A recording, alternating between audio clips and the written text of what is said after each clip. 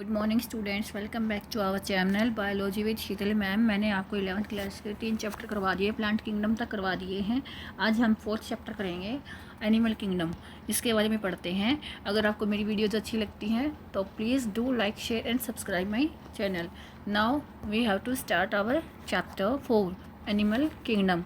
Animal kingdom के बारे में क्या लिखा हुआ है कि व्हेन यू लुक अराउंड, जब आप अपने चारों तरफ ये देखते हो कि जो ऑब्जर्व करते हो कि एनिमल्स विद डिफरेंट स्ट्रक्चर्स, सभी एनिमल्स की डिफरेंट स्ट्रक्चर्स होती हैं, डिफरेंट पार्ट्स होते हैं, इतनी मिलियन ऑफ स्पीसीज़ हैं अर्थ के ऊपर। उन सब के बारे में हम पढ़ेंगे। क्या होता है कि सभी के स्ट्रक्चर्स अलग होते हैं, सभी की फॉर्म्स अलग होती हैं। तो उनको रीड करने के लिए, उनके बारे में स्टडी करने के लिए क्या करना होता है कि उनको क्लासीफाई करना पड़ता है। क्लासिफिकेशंस दी गई हैं और उन एनिमल्स को क्लासीफाई करने के लिए क्यों किया गया है, ताकि हम उनकी जो स्टडी है वो अच्छे से कर सके। हर एनिमल को क्लासीफाई इसीलिए किया जाता है ताकि उनकी जो इम्पोर्टेंट थिंग्स होती हैं उनके अकॉर्डिंग को क्लासीफाई किया जाए और उनके बारे में स्टडी की जा सके अच्छे से।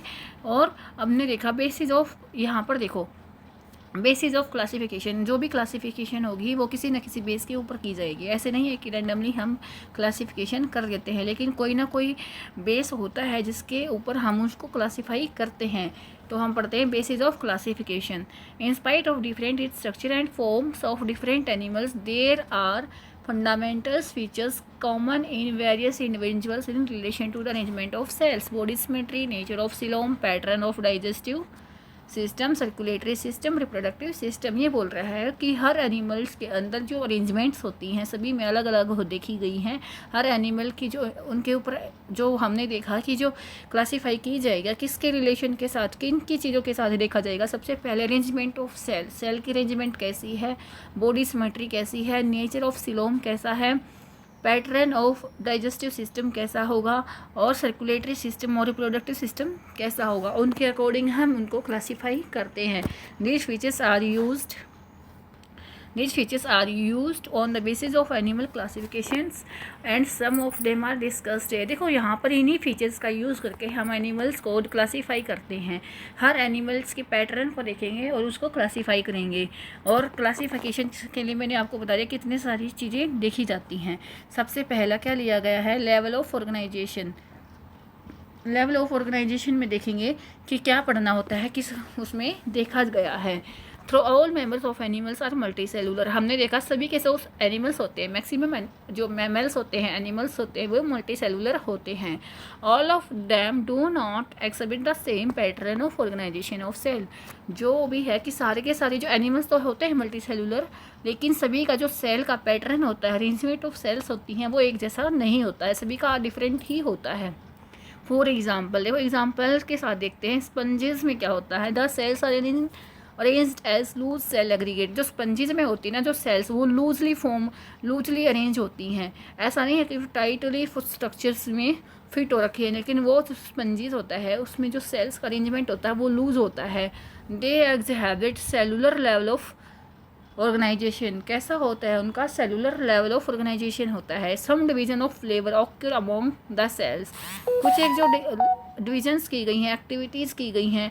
देखो यहाँ पर इन सिलेंट्रेटा, पहले हम सिलेंट्रेटा की बात करें। Arrangement of cells is very complex. जो अरेंजमेंट होगी सेल्स की बहुत ही कॉम्प्लेक्स होती है सिलेंट्रेटा में। Here the cell perform the same function arrange into tissue. जो सेल्स होती हैं वो क्या होता है, टिश्यू में क्या होती है, अरेंज होती है। और वो क्या करता है, एक सारे की जो सारी सेल्स होती हैं एक ही फंक्शन करते हैं। वो सेल्स अरेंज होकर टिश्यू बनाएंगी, टिश्यू क्या करेगा, फंक्शन करेंगी, सारी सेल्स एक जैसा ही फंक्शन होगा। इसीलिए बोलते हैं कि जो अरेंजमेंट होता है सभी का अलग अलग होता है। ये किस में देखा हमने। और जो ये टिश्यू वाला जो हमने पढ़ा है अभी, जो टिश्यू बना हुआ है, इसको हम क्या कहते हैं, टिश्यू लेवल ऑफ ऑर्गेनाइजेशन। क्या कहते हैं, टिश्यू लेवल ऑफ ऑर्गेनाइजेशन। और टिश्यू मिलकर क्या बनाएंगे, ऑर्गन्स जो बनते हैं वे क्या करते हैं, फंक्शन करते हैं बॉडी में। और उसी से हम क्या कहेंगे, उस ऑर्गन को ऑर्गन लेवल ऑफ ऑर्गेनाइजेशन। क्या कहेंगे उसको, organ level of organization. At higher level of organization, अभी जब हम हायर लेवल पे चले जाते हैं तो ऑर्गन लेवल ऑफ ऑर्गेनाइजेशन आ जाता है, जैसे कि प्लेटीहेल्मिन्थस में एंड अदर हायर फाइला। बहुत ऊपर जैसे फाइला चढ़ते जाएंगे, हम ऊपर चले जाएंगे तो ऑर्गन लेवल ऑफ ऑर्गेनाइजेशन भी स्टार्ट हो जाता है। Specialized for a particular function. सभी का अलग अलग फंक्शन होता है, हर ऑर्गन अलग अलग फंक्शन करेगा। इन एनिमल्स लाइक एनेलिडा, अल्थ्रोपोडा, मोलस्का, ये जो एनिमल्स के नाम दिए गए हैं इनमें क्या बताया गया है, ये जो एकेनेडर्मस है, कोर्डिटा है, organs have associated to form functional system. Each system concern with a specific physiological function. जो ऑर्गन होगा वो किसी न किसी फंक्शन से जुड़ा हुआ होगा, वो वही फंक्शन करेगा जिससे वो जुड़ा हुआ है। हर एक ऑर्गन का अलग फंक्शन होता है, हर ऑर्गन का एक अलग फंक्शन होता है और वो उसी के बेस पर ही वो अपना काम करता है। जैसे स्टमक है हमारी में अंदर, तो स्टमक का फंक्शन क्या होता है, डाइजेशन का। तो हर ऑर्गन का जो फंक्शन होता है वो डिफरेंट होता है। This pattern of is called organ system. क्या कहते हैं इसको, ऑर्गन सिस्टम कहते हैं। Organ system level of organization बोलते हैं हम इसको। आगे पढ़ते हैं हम, organ system in different groups of animal various pattern. मतलब जब ऑर्गन सिस्टम होता है उसका जो पैटर्न होता है हर एनिमल में अलग अलग मिलता है। ठीक है, फॉर एग्जांपल यहाँ देखो, for example digestive system in platyhelminthes has only a single opening. जो डाइजेस्टिव सिस्टम है प्लेटीहेल्मिन्थेस में सिंगल ओपनिंग है into the outside of the body as low as both mouth and anus. वही का एक ही opening होगी, वही mouth का काम करेगा और वही एनएस का काम करेगा। And it is called incomplete, इसलिए उसको हम क्या कहते हैं, इनकम्प्लीट कहते हैं। A complete digestive system has two opening.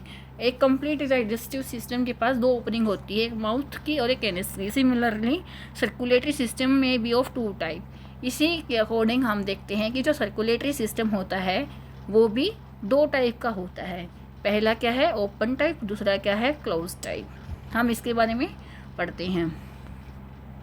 अभी हम यहाँ देखेंगे कि ओपन टाइप में और क्लोज टाइप में क्या डिफरेंस है। ओपन टाइप में बोलता है in which blood is pumped out of the heart and the cells and tissue are directly bathed in it. जो ब्लड है जो सप्लाई होता है बॉडी में वो किसी भी हार्ट में मतलब जाता है, लेकिन कोई सेल वहाँ पर कोई नर्व्स नहीं होंगी, कोई आर्टरीज नहीं होंगी, कोई वेंट्रिकल्स नहीं होंगी, कोई वेन्स नहीं होती ओपन टाइप सिस्टम में। वो सीधा के सीधा क्या होता है, ब्लड टिश्यू में बात करता है। कोई सप्लाई के लिए ना ही आर्टरीज होती हैं और ना ही वेन्स होती है, इसलिए उसको ओपन टाइप सिस्टम बोला जाता है। आगे हम पढ़ते हैं close type in which the blood is circulated through a series of vessels. यहाँ देखो जो क्लोज टाइप होता है उसमें सप्लाई होता है तो किससे होता है, वेसल्स के साथ, क्योंकि उसमें आर्टरीज भी प्रेजेंट होती हैं और वेन्स भी जो काम करेंगी ब्लड सप्लाई का, इसलिए उसको क्लोज टाइप कहते हैं। क्लोज टाइप में हम आ जाते हैं, मैंने एनिमल्स भी आते हैं काफ़ी, और ओपन टाइप में स्पंजेस वगैरह आते हैं। आगे हम देखते हैं कि आगे हम पढ़ेंगे अभी सिमेट्री के बारे में, कि जो एनिमल्स की जो हमने बेसिस ऑफ क्लासिफिकेशन किया है कि किसके बेस पे होगा, एक सिमेट्री के हिसाब से भी होता है। और सिमेट्री का मतलब होता है डिवीज़न करना। आगे हम पढ़ते हैं, देखो यहाँ पे animal can be recognized on the basis of the symmetrical plane. मतलब जो सिमेट्रिकली उनको हम नोट करेंगे क्या सिमेट्री है उनकी, उसके बारे में पढ़कर हम उनको क्लासीफाई करेंगे।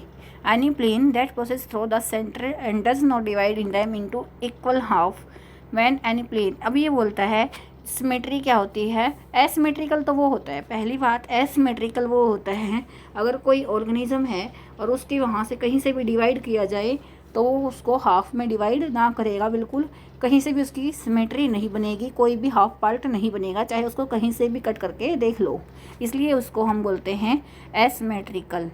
आगे पढ़ेंगे हम रेडियल सिमेट्रिकल के बारे में।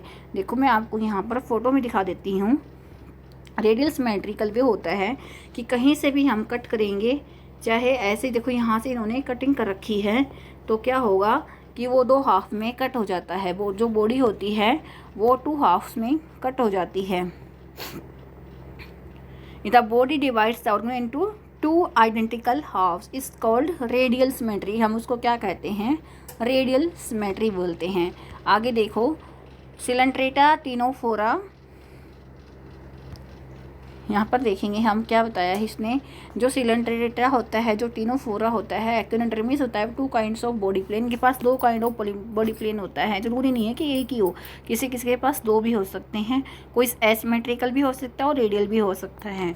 Animals like annelida, arthropoda etcetera where the body can be divided into two identical half left and right called bilateral symmetry. यहाँ देखो, हम देखते हैं डायग्राम में, यहाँ पर अगर हमने ऐसे इसको कट किया तो हाफ ये हो गया, हाफ लेफ्ट हाफ राइट। इसको हमने टू पार्ट्स में डिवाइड कर दिया। एक प्लेन से जब हम क्रॉस करेंगे तो उस बॉडी को 2 पार्ट्स में डिवाइड किया जा सकता है। उसको हम क्या बोलते हैं? Bilateral symmetry. 3 टाइप की सिमेट्री हो गई।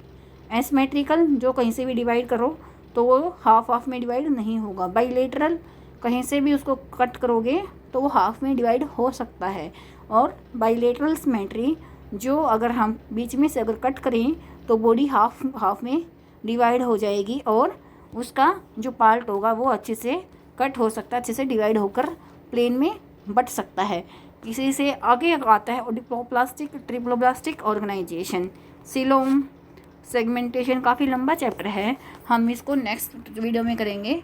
तब तक के लिए do like share subscribe my YouTube channel. Thank you and have a nice day.